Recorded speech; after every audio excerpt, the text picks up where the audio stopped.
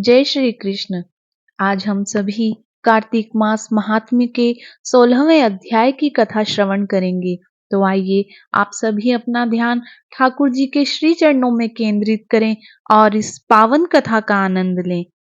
सुनो लगाकर मन सभी, संकट सब मिट जाएं। कार्तिक मास महात्म्य का सुनो 16वां अध्याय।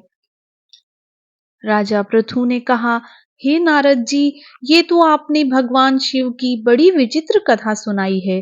अब कृपा करके आप यह बताइए कि उस समय राहु उस पुरुष से छूटकर कहाँ गया। नारद जी बोले, उससे छूटने पर वह दूत बर्बर नाम से विख्यात हो गया और अपना नया जन्म पाकर वह धीरे धीरे जलंधर के पास गया।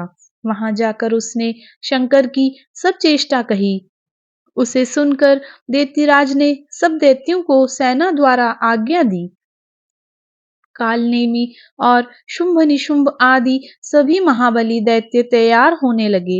एक से एक महाबली दैत्य करोड़ों करोड़ों की संख्या में निकल युद्ध के लिए जुट पड़े।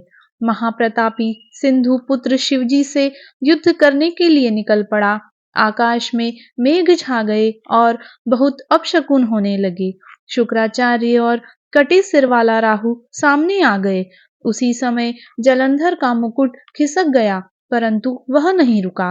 उधर इंद्रादिक सब देवताओं ने कैलाश पर शिवजी के पास पहुंचकर सब वृतांत सुनाया और यह भी कहा कि आपने जलंधर से युद्ध करने के लिए भगवान विष्णु को भेजा था। वह उसके वशवर्ती हो गए हैं और विष्णु जी लक्ष्मी सहित जलंधर के अधीन हो उनके घर में निवास करते हैं।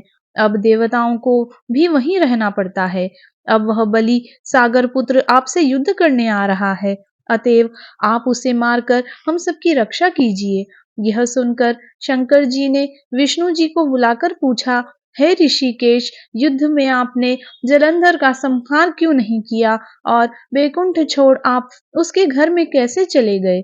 यह सुनकर विष्णु जी ने हाथ जोड़कर नम्रता पूर्वक भगवान शंकर से कहा, उसे आपका अंशी और लक्ष्मी का भ्राता होने के कारण ही मैंने नहीं मारा है। यह बड़ा वीर और देवताओं से अजय है। इस पर मुग्ध होकर मैं उसके घर में निवास करने लगा हूँ। विष्णु जी के इन वचनों को सुनकर शंकर जी भी हंस पड़े। उन्होंने कहा, हे विष्णु, आप यह क्या कहते हैं।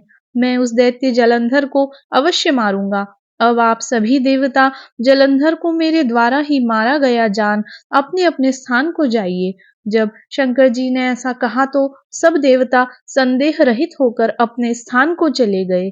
इसी समय पराक्रमी जलंधर अपनी विशाल सेना के साथ पर्वत के समीप आ कैलाश को घोर सिंहनाद करने लगा। दैत्यों के नाद और कोलाहल को सुनकर शिवजी ने नंदी आदि गणों को उससे युद्ध करने की आज्ञा प्रदान की। कैलाश के समीप भीषण युद्ध होने लगा। दैत्य अनेकों प्रकार के अस्त्र शस्त्र बरसाने लगे। भैरी मृदंग शंख और वीरों तथा हाथी घोड़ों और रथों के शब्दों से शाब्दित हो पृथ्वी कांपने लगी। युद्ध में कटकर मरे हुए हाथी घोड़े और पैदलों का पहाड़ लग गया। रक्त मांस का कीचड़ उत्पन्न हो गया। दैत्यों के आचार्य शुक्र जी अपनी मृत संजीवनी विद्या से सब दैत्यों को जिलाने लगे। यह देखकर शिवजी के गण व्याकुल हो गए और उनके पास जाकर सारा वृतांत सुनाया। उसे सुनकर भगवान रुद्र के क्रोध की सीमा न रही। फिर तो उस समय उनके मुख से एक बड़ी भयंकर कृत्या उत्पन्न हुई, जिसकी दोनों जंघाएं ताल वृक्ष के समान थी। वह युद्ध भूमि में जा सब असुरों का चर्वण करने लगी और फिर वह शुक्राचार्य के समीप पहुंची और शीघ्र ही अपनी योनि में गुप्त कर लिया। फिर स्वयं भी अंतर ध्यान हो गई।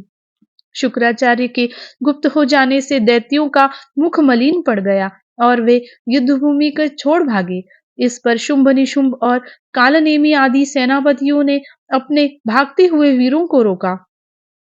शिवजी के नंदी आदि गणों ने भी, जिसमें गणेश और स्वामी कार्तिकेय जी भी थे, दैत्यों से भीषण युद्ध करना आरंभ कर दिया। कार्तिक मास महात्म्य 16वां अध्याय समाप्त। बोलिए कृष्ण कन्हैया लाल की जय।